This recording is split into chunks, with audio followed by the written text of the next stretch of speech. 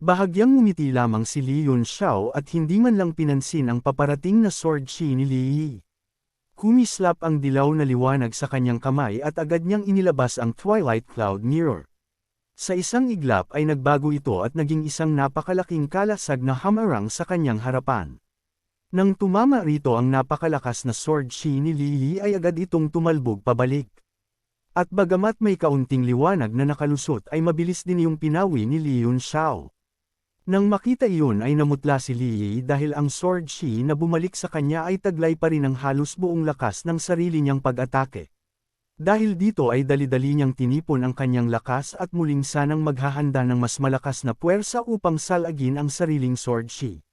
Subalit bigla na lamang bumagsak ang kakaibang enerhiya sa kanya at kasunod nun ay naging tila masikip ang espasyo sa paligid niya kaya nahirapan ang pagdaloy ng kanyang enerhiya.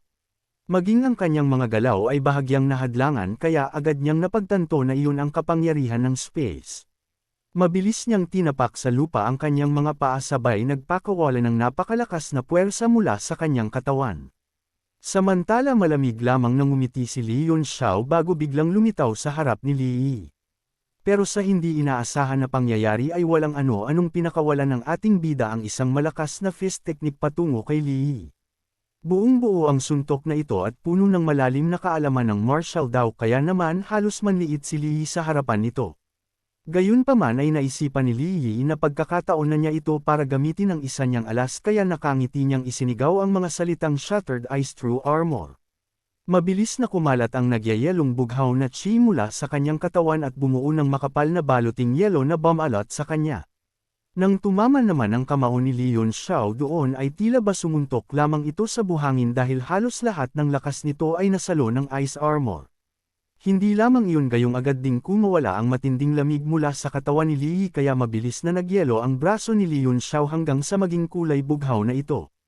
Unti-unti nang nawawala ng buhay ang mga kamay ng ating bida at parang hinihigop iyon ng malamig na enerhiya kaya naman maririnig na naman ang mga pagyayabang ni Li Yi. Mayabang na ulit itong humalaklak habang sinabing tuluyan nang mawawala ang braso ng ating bida dahil sa kanyang ice true chi. Dagdag pa niya habang nakangisi na tapos na ang lahat at hindi niya akalaing ganoon lang pala raw kahina si Li Yunxiao. Hindi naman napigilan ni Bing Leifeng na mabigla dahil maging ang isa sa sagradong teknik ng kanilang pamilya ay alam ni Li Yi. Sa isip-isip niya ay kailangan daw talaga niyang alamin ang patungkol dito gayong hindi biro na nakalabas na lamang ng ganun-ganun lang ang kanilang sikreto na wala man lang siyang kaalam-alam. Sa kabilang banda naman ay nanatiling kalmado si Li Yunxiao habang dahan-dahan niyang tinutunaw ang ipinagmamalaking ice true chi ni Li Yi. Para sa kanya ay masyadong pangbata ang atake na ito gayong madali lamang niya itong ipapawalang bisa kahit na hindi siya gumamit ng maraming enerhiya. Isang matinding pakiramdam naman agad ang biglang sumiklab sa puso ni Li Yi nang makita iyon at para bang binabalaan siya ng kanyang pakiramdam na mag-ingat. Maya-maya pa ay bahagyang ngumiti si Li Yunxiao at mahinang sinabing parang bata lamang daw ang kanyang kalaban. Kasabay noon ay biglang nabasag ang yelong bumabalot sa kanyang braso at dahan-dahan itong nalaglag sa lupa. Agad ding bumalot ang manipis na demonic chi sa kanyang kamay habang bahagyang lumitaw ang mga demonyong marka. Sa katunayan ay kaya niyang alisin ang nagyayelong chi gamit ang Immortal Golden Body ngunit ayaw niyang ilantad ang teknik na iyon kaya mas pinili niyang gamitin ang demonic chi upang tunawin ang nagyayelong enerhiya. Kasabay nito ay mabilis siyang lumapit at bumuo ng isang seal gamit ang isang kamay bago direktang itinulak ito sa dibdib ni Li Yi. Agad naman na nawasak ng sobrang bilis ang Shattered Ice True Armor ni Li Yi at doon ay labis-labis na lamang ang gulat nito na para bang tuluyan ng gumuho ang kanyang mundo. Nang masaksihan naman iyon ni Bing Leifeng ay hindi niya napigilan na magulantang gayong bilang isa sa mga nakaalam ng Profound Ice Technique ay alam niyang ang Shattered Ice True Armor ang pinakamalakas nilang depensibong teknik. Maging ang mga ordinaryong 9th rank artifact ay halos imposibleng mabasag ito ngunit ngayon ay nabasag lamang iyon sa isang simpleng kumpas ng mga daliri ni Li Yunxiao. Dahil dito ay tuluyan siyang natigilan at halos hindi makapaniwala sa kanyang nasasaksihan. Ilang sandali pa ay tuluyan ng nagkapira-piraso ang Shattered Ice True Armor at naging maliliit na bughaw na liwanag na nagkalat sa himpapawid. Sa sandaling iyon ay nakita ng lahat ang mukha ni Li Yi na puno ng matinding takot na para bang gusto na niyang tumakbo sa labanan nila ni Li Yunxiao. Bigla namang sumugod si Li Yunxiao bago malamig na sinabing kung iniisip daw ni Li na hindi niya ito masasampal dahil sa laki ng bibig nito ay nagkakamali ito. Ang una niya raw na gagawin ay patumbahin ang lahat ng ngipin nito kaya naman maghanda na raw itong suluhin ang solidong niyang Thunder Hammer. Walang anumang pag-aatubili ay buong lakas niya itong ibinagsak diretso sa bibig ni Li at tinangka pa talaga nitong agad na isara ang kanyang bibig ngunit huli na ang lahat. Sa isang iglap ay libu-libong kidlat ang sabay-sabay na tumama sa kanyang mukha at kasabay ng isang asul na kidlat ay malakas na tumilapon ang kanyang buong katawan habang napapasigaw sa matinding sakit. Halos mabulabog naman ang buong lugar sa tindi ng impact at ang dating kalmadong lugar ay napuno ng mga sigaw. Nanlaki naman agad ang mga mata ng lahat ng naruroon dahil hindi sila makapaniwala sa kanilang nasasaksihan gayong kahit ang simpleng pagtingin lamang sa pag-ataking iyon ay sapat na upang manginig ang kanilang buong katawan. Hindi nila inaasahang may isang taong kayang gumamit ng ganoong kalupit na paraan para lamang durugan ang mukha ng kanyang kalaban. Sa 6 na buwang ginugol ni Li Yunxiao sa loob ng Skywave Reflection ay hindi lamang niya lubos na naunawaan ang Golden Body Dharma kundi nagawa rin niyang kontrolin ng mas matindi ang mga profound artifact na nasa kanyang pagmamay-ari. Bagamat hindi pa niya mailabas ang kanilang buong kapangyarihan ay sapat na ang kasalukuyan niyang kakayahan upang malayang gamitin ang mga ito.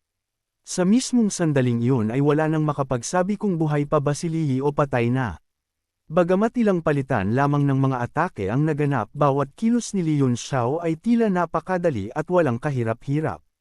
Sa mata ng lahat ay para lamang siyang umiinom ng isang tasa ng tsaa habang pinapabagsak ang isang 2-star Martial Sovereign Realm. Dahil dito ay tuluyang nabalot ng katahimikan ang buong lugar. Tulala ang lahat habang salaitan ang kanilang tingin kay Li Yunxiao at kay Li na nakahandusay sa malayo. Napakatahimik ng buong lugar na tila maririnig pa ang paggalaw ng hangin. Marami pa nga ang naghinalang baka nagkukunwari lamang ang dalawa dahil bagamat nakita nila mismo ang lakas ng mga artifact na ginamit ni Li Yunxiao ay mahirap pa rin paniwalaan nito si Li. Maging sina Jiang Rubing at Nolan Jishuan ay natigilan habang nakatitig kay Li Yunxiao. Alam nilang higit na mas malakas ito kaysa sa karaniwang 6-star Martial Supreme Realm ngunit hindi pa rin nila inasahang magagawa nitong talunin ng ganoon kadali ang isang 2-star Martial Sovereign Realm. Ilang sandali pa ay napako ang lahat ng mata kay Li Yunxiao at makikita sa kanilang mga mukha ang iba't ibang emosyon tulad ng pagkamangha at pagkalito pero higit sa lahat ay namuo sa kanila ang matinding inggit. Puno rin ng pagkagulat ang mukha ni Ning Hangfeng gayong bilang pinakamalapit sa nangyaring labanan ay malinaw niyang nasaksihan ang bawat galaw ni Li Yunxiao. Bagamat tila napakakalmado lamang nito sa buong laban ay kitang-kita ni Ning Hangfeng ang napakalalim nitong pagkaunawa sa martial Dao. Ang misteryosong salamin man o martilyo ang gamitin nito bawat galaw ay eksakto at walang nasayang na kilos. Maging ang paraan ng pagsira nito sa Ice True Chi at pagwasak sa Shattered Ice True Armor ay maituturing na mga pambihirang teknik kaya walang duda na si Li Yunxiao daw talaga ang panalo sa labanan. Sa labas naman ng Bright Moon Pavilion ay malamig nang umuso si Master Li bago tinanong ang dalawa kung nasiyahan na ba sila at kung nakuha na nila ang sagot na kanilang hinahanap. Samantala ay natulala rin si Little 8 at alanganin na sinabi na hindi niya maintindihan kung paano naging ganoon kalaki ang agwat ng lakas ng dalawa. Dahil dito ay agad niyang tinanong ang matandang si Ba Changhe kung naunawaan ba nito ang nangyari sa laban. Nawala naman ang dating walang pakialam na ekspresyon ni Ba Changhe at napalitan ito ng matinding kaseryosohan. Bahagya itong umiling at sinabing maging siya ay hindi rin lubos na naunawaan ang buong laban. Para sa kanya ay napakaraming bagay ang hindi maipaliwanag sa iilang galaw na ipinakita ni Li Yunxiao. Noong una ay inakala niyang sinuwerte lamang itong makatakas ng subukan niya itong patayin noon ngunit ngayon ay napagtanto niyang naging makitid lang pala ang pag-iisip niya. Sa tingin niya ay talagang napakahirap ipaliwanag kung paano natalo si Li kaya mukhang kailangan daw talaga nilang pag-aralan ng mabuti bago kumilos laban kay Li Yunxiao. Mabagal namang tumanggaw si Little 8 bilang pagsang-ayon at inamin niyang inakala rin niyang magiging mahaba at matinding laban iyon. Ngunit hindi niya raw inaasahang matatapos agad ang lahat kaya may pagkadismaya raw siyang nararamdaman ngayon. Pagkatapos noon ay nagkatinginan na lamang silang tatlo at nanatiling tahimik dahil laking pasasalamat nila na nararamdaman pa rin nila ang mahinang aura ni Li kaya alam nilang hindi pa ito mamamatay. Samantala sa loob ng mansyon ng City Lord ay seryosong sinabi ni Jiang Churan na gaya ng kanyang inaasahan ay hindi talaga pangkaraniwang tao si Li Yunxiao. Para sa kanya ay napakabihira ng talento nito sa pakikipaglaban at kahit may hinala siyang nagtatago pa ito ng iba pang lakas ay naniniwala siyang mas malakas pa rin ito kaysa kay Li. Natulala rin si Ruan Hangyo dahil bilang isa ring martial sovereign realm expert bagamat hindi niya nakita ang bawat detalye ng laban tulad ni Jiang Churan ay sapat na ang kanyang mga nasaksihan upang mamotla sa pagkabigla. Ipinaliwanag naman ni Jiang Churan na unang ginamit ni Li Yunxiao ang mahiwagang salamin upang makuha ang kalamangan. Pagkatapos ay ginamit nito ang counterattack at spatial lock upang mapilit si Li Yi na manatili sa depensa bago isinunod ang isang suntok na nasa tugatog na ng kapangyarihan. Ayon sa kanya ang suntok na iyon ni Li Yunxiao ay hindi lamang sumusubok sa depensa ni Li Yi kundi nagbibigay rin ng kalayaan sa kanya na umatras o sumulong anumang oras. Higit sa lahat ay labis siyang namangha dahil sa murang edad ni Li Yunxiao ay nagagawa nitong manatiling kalmado sa gitna ng labanan. Kahit hawak na nito ang malinaw na kalamangan ay hindi pa rin daw ito naging pabaya dahilan upang lalo itong maging nakakatakot. Pagkatapos marinig iyon ay nag-isip sandali si Ruan Hangyo bago sinabing malamang ay isang demonyong pamamaraan ang ginamit ni Li Yunxiao upang sirain ang Ice True Chi dahil kilala ang demonic chi sa kakayahan nitong tunawin ang lahat. Gayunpaman ay hindi pa rin niya maintindihan kung paano nito nagawang wasakin ang Shattered Ice True Armor ng Beaming Dark Palace gayong kahit ang isang mid-rank martial sovereign realm na kagaya niya ay hindi madaling magagawa iyon. Bahagya namang tumungo si Jiang Churan sabay sinabing ang pagkawasak ng Shattered Ice True Armor ang pinakamahalagang bahagi ng buong laban. Bagamat hindi niya raw nakita ang lihim ng seal na ginamit ni Li Yunxiao ay sigurado siyang pinag-aralan nito ang kahinaan ng Shattered Ice True Armor o kaya naman ay natutuhan nito ang paraan upang sirain iyon. Sa madaling sabi ay matagal na raw pinag-aaralan ni Li Yunxiao ang mga teknik ng Beaming Dark Palace gayong hindi basta-basta malilikha ang seal na iyon sa isang labanan lamang. Tiningnan mabuti ni Jiang Churan si Li Yunxiao habang puno-puno ng sobrang pagka-interes ang mukha niya. Sa isip-isip niya nang sandaling mabasag ang Shattered Ice True Armor ay tuluyan nang nawalan ng composure si Li Yi. Kung hindi nangyari iyon ay hindi sana ito madaling natalo at tinamaan ng Thunder Hammer. Idinagdag pa niyang kapwa pambihirang kayamanan ang misteryosong salamin at pambihirang martel yung ginamit ni Li Yunxiao kaya habang mas pinagmamasdan niya ang binata ay lalo lamang siyang nagiging interesado rito. Habang sinasabi iyon ay hindi man lamang niya inaalis ang kanyang tingin kay Li Yunxiao na para bang nais niyang makita ang lahat ng lihim na itinatago nito. Napabuntong hininga naman si Ruan Hangyo at mapait na ngumiti bago tanungin si Jiang Churan kung may pag-asa pa bang manalo si Ruan Zimao laban kay Li Yunxiao. Pero bahagya lamang ngumiti si Jiang Churan at sinabing ang tunay na nakakatakot kay Li Yunxiao ay hindi ang mga artifact nito o ang mga demonyong teknik. Ang pinaka-nakakatakot ay ang kakayahan nitong manatiling kalmado kahit gaano kagulo ang sitwasyon pati na rin ang matinding tiwala nito sa sarili at ang husay nitong magplano habang nasa gitna ng laban. Para sa kanya ay hindi nakukuha ang ganoong uri ng kakayahan sa simpleng pagsasanay lamang kundi sa hindi mabilang na karanasan laban sa kamatayan. Nang marinig iyon ay mapait na natawa si Ruan Hangyo dahil alam na niyang napakalaki nga talaga ng agwat ni Ruan Zimao at Li Yunxiao. At dahil doon ay unti-unti na niyang napagtanto na ang pinakamalaking hadlang sa balak na pagpapakasal ni Ruan Zimao kay Jiang Rubing ay walang iba kundi si Li Yunxiao. Samantala ay unti-unti nang natauhan ang lahat ng naruroon sa Sky Garden. Bagamat tinanggap na nila ang nangyari ay marami pa rin ang hindi makapaniwala. Karamihan sa kanila ay inisip na ang tagumpay ni Li Yunxiao ay dahil lamang sa mga artifact na kanyang ginamit. Dahil dito ay unti-unting sumiklab ang kasakiman sa kanilang mga puso at naging malamig ang kanilang mga tingin. Tutal sino ba naman ang hindi matutokso sa isang artifact na kayang magpabagsak ng isang 2-star martial sovereign realm kahit 6-star martial supreme pa lamang ang gumagamit nito. Sa mismong sandali namang iyon ay isang lihim na mensahe ang biglang umalangaw sa tainga ni Li Yunxiao. Si Ruan Zimao pala iyon na gumagamit ng voice transmission technique. Walang paligoy-ligoy nitong sinabi na kung gusto ni Li Yunxiao ang piraso ng bakal ay kailangan muna nitong patayin si Li Yi. Agad namang natigilan si Li Yunxiao at nang ibaba niya ang kanyang tingin ay nakita niya ang malamig at puno ng pagpatay na mga mata ni Ruan Zimao. Pero bahagya lamang siyang ngumiti bago lihim ding nagpadala ng mensahe at tinanong kung ganoon lang ba talaga kasimple ang kondisyon. Agad namang sumagot ng oo si Ruan Zimao at kasunod nun ay sinabi niyang kailangan din daw hindi sumali sa tournament si Li Yunxiao. Nang marinig naman iyon ng ating bida ay walang pag-aalinlangan siyang pumayag sa kondisyon nito kaya naman agad na siyang naglakad para tapusin ang buhay ni Li Yi. Ngunit sa mismong sandaling iyon ng papaslangan na sana niya si Li Yi ay bigla na lamang itong lumubog sa tubig at doon ay naramdaman niya ang tatlong mid-rank martial sovereign realm expert na nakalapit na sa kanya. Bukod pa doon ay mga high-rank martial sovereign realm expert din ang nakapasok na sa Bright Moon Pavilion pero nananatili lamang itong mga nakatago sa ere. Ang nagligtas naman kay Li Yi ay walang iba kundi ang matandang si Ba Changhe at habang itinatakas niya ito ay pinipigilan naman ni Little 8 si Li Yunxiao. Sa kabilang banda naman ay palihim na pinuprotektahan ni Master Li ang tatlo gayong naramdaman na rin niya ang presensya ng mga high-rank martial sovereign realm na umaaligid sa kanila.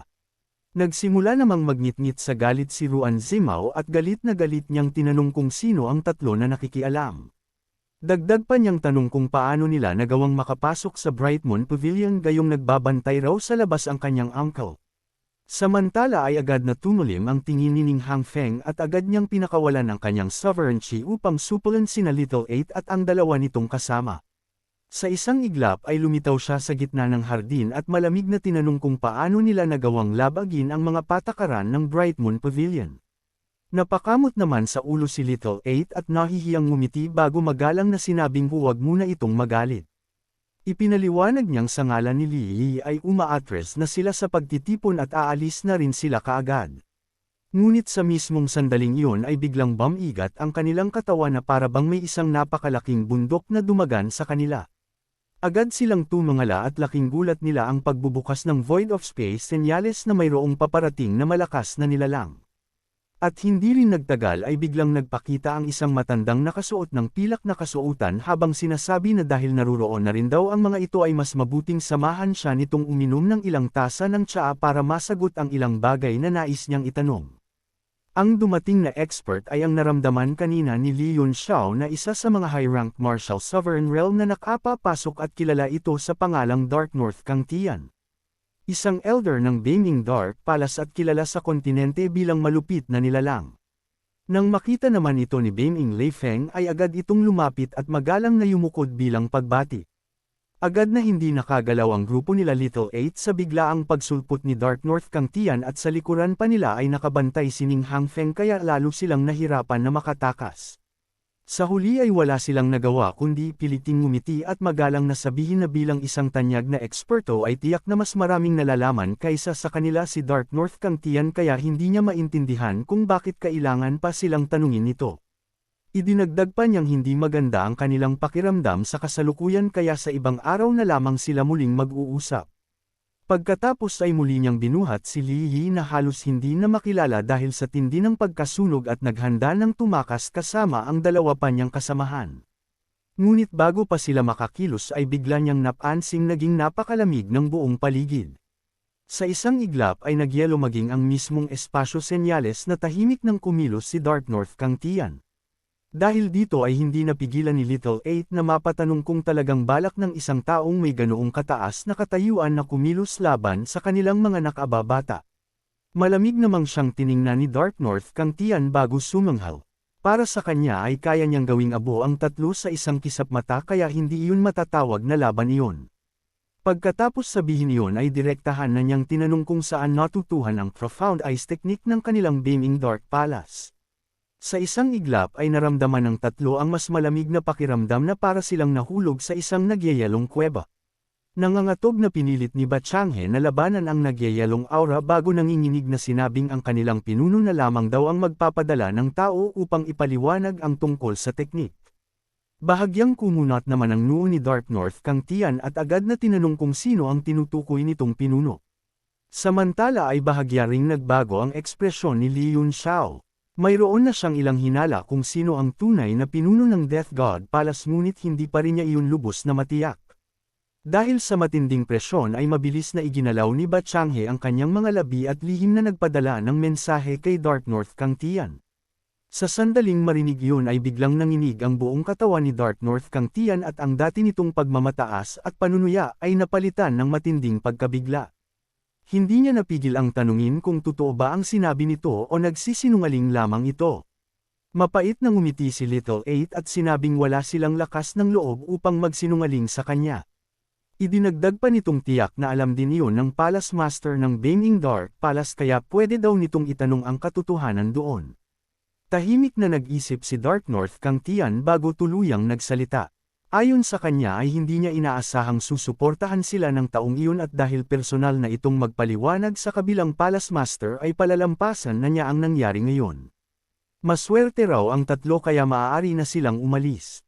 Agad naman na binuhat na ni Little Eight si Lee sabay kumaway sa lahat habang nakangiting nagpapalam at pabirong humihingi ng paumanhin sa naging abala. Ngunit bago pa sila tuluyang makaalis ay biglang sumigaw si Ruan Zimao. Galit nitong sinabi na pumasok ang tatlo sa Bright Moon Pavilion at nilabag ang mga batas ng Red Moon City kaya ang lungsod lamang daw nila ang may karapatang magpasya kung maaari silang umalis o hindi. Sumagot naman agad si Dark North Kang Tian na kung may kakayahan si Ruan Zimao na pigilan ang tatlo ay maaari nitong subukan at hindi raw siya makikialam. Dahil doon ay namula sa kahihiyan si Ruan Zimao at wala na siyang naisagot pa. Subalit na lamang may isa na namang void of space ang bumukas pero sa pagkakataong ito ay mismong sa harap ito ng mga tumakas na hangal sumulpot. Dahil doon ay nagulantang si Little Eight at napatanong kung sino na naman daw ang dumating. Gayunpaman bago pa man may makasagot sa kanya ay napalibutan na ang grupo nila ng mga kadena habang lumitaw naman sa harap nila ang expert na nagpakilalang elder ng Red Moon City. Malamig pa itong sumanghal bago tinanong si Dark North Kang Tian kung minamaliit ba nito ang Red Moon City dahil iniisip nitong wala silang mga tunay na expert na kayang pigilan ang tatlo. Nang makita ang lalaking iyon ay labis na natuwa si Ruan Zimao sabay tinawag itong ama. Bahagya namang kumunat ang noo ni Dark North Kang Tian gayong dumating ang isang taong ayaw niyang makaharap at nangyari pa iyon sa teritoryo nito. Sa huli ay wala siyang nagawa kundi piliting ngumiti at sinabing nagkaroon lamang ito ng maling akala. Ipinaliwanag niyang pinapayuhan lamang niya ang kanyang pamangkin na kung may nais itong gawin ay dapat sarili nitong lakas ang gamitin. Walang anumang emosyon namang tumanggo ang matanda na nagpakilalang si Ruan Yuanzi at sinabing kung ganoon ay siya na ang bahala sa 4 na taong iyon. Wala na raw kailangang gawin pa si Dark North Kang Tian at maaari na itong umalis sa Bright Moon Pavilion. Saglit naman na natigilan si Dark North Kang Tian bago tumanggo bilang pagsang-ayon.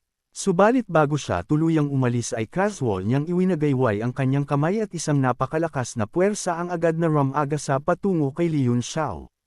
Kasabay nito ay malamig niyang sinabi na dapat sumama ang ating bida sa kanya patungo sa Beiming Dark Palace dahil marami raw siyang katanungan rito.